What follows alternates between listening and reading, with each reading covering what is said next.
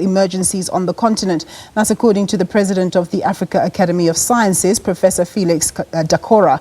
He says Africa must not wait for outside help to deal with its health crises. He was speaking at the opening of the DELTAS Africa Scientific Conference in Senegal. In 2014, West Africa was hit by the worst ever Ebola outbreak. The disease affected more than 29,000 people and killed over 11,000. To contain the spread, international health experts were deployed to the affected countries, including African health workers. The success of these teams partly what now informs a decision to form a standby committee of African experts to deal with health emergencies on the continent. It is sad that whenever we have any outbreak in the continent, we literally have to sit down and wait for colleagues who are experts to come from overseas to come and address the problem. And indeed, some of you may know or you may not know, but when this happens and they go back, we actually hardly have access to the data. We don't know where the data is gone, and when the same outbreak comes back, we don't know where to fall upon for experience in order to resolve the problem.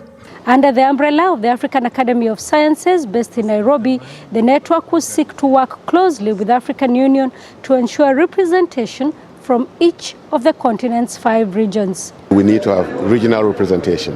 So if the outbreak is in West Africa, it's important that there is a West African vice chair of it that will then alert the others, and immediately we can respond to it. Meanwhile, young African researchers will for the next 2 days present their groundbreaking research findings at a meeting in Dakar. Their research focuses on some of Africa's health challenges, including malaria, HIV/AIDS, maternal and child health, among others. The science is really leading the policy, is a policy driver, we can say that, for the Ministry of Health. You and we must use the next round of DELTAS funding as a trigger moment to catalyse new and stronger funding partnerships. This opportunity comes around once every 5 years. The African Academy of Sciences works with African universities and research institutions to train and retain health researchers as the continent seeks to bridge its huge human resource gap.